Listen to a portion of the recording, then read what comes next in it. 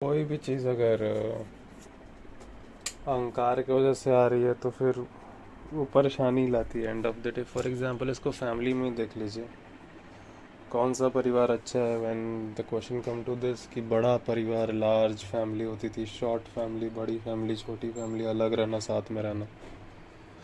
अगर कोई भी चीज़ ईगो के कारण आ रही है और आप उसमें पूरी तरह से चीज़ों को जमा कर लीजिएगा तो फिर आपका एक ईगो है। क्योंकि जब आप ईगो पे चलते हैं तब आप मान्यताओं पे चलते हैं कि आप कोई हैं और आपकी मान्यताएं हैं। इससे साबित होता है कि आप कोई हैं और इस चीज़ को आप हर जगह साबित करते चलते हैं। उसी तरह आप अगर सो कॉल्ड बच्चों के साथ हैं अपने परिवार में, तो बच्चे को भी फिर वो अहंकार ही आप देते हैं पास ऑन में। क्योंकि आपको क्लैरिटी नहीं है तो आप थोड़ी बैठ के इतना क्लैरिटी में उसको समझाइएगा। आप ये देते हैं, फिर उसके बाद बच्चे पूछते हैं, ठीक है, तो बच्चों को भी अहंकार है। फिर बच्चे उस कहीं और से के लाए हुए विचार को अपने विचार कहना शुरू करते हैं। दो विचारों में कॉन्फ्लिक्ट होता है बिना ये समझे कि दोनों विचार एक लेवल तक बस एक विचार है, और फिर डिस्प्यूट हो जाता है।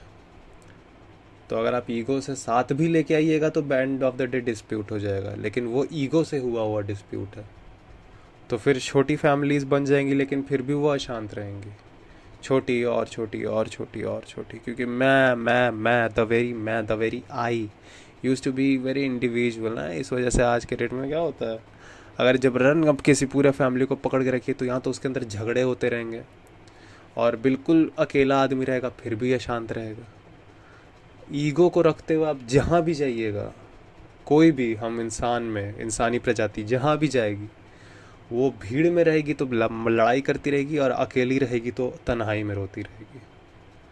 ठीक है, तो ये दोनों ही काम नहीं आता है, क्योंकि ईगो है, क्योंकि मैं वाली चीज़ है। अदरवाइज जब कोई चीज़ बुद्धि से काम करती है तो परिवार खुद ही बनता है, और फिर वो बुद्धि बताती है आपको एक आदमी को रखना है साथ में कि 12 आदमी को। जितने भी सत्य के केंद्र से स्थापित होने वाले लोग हैं, सत्य के केंद्र से चलने वाले लोग हैं, अंडरस्टैंडिंग सीधा सीधा करने वाले लोग हैं, थॉट को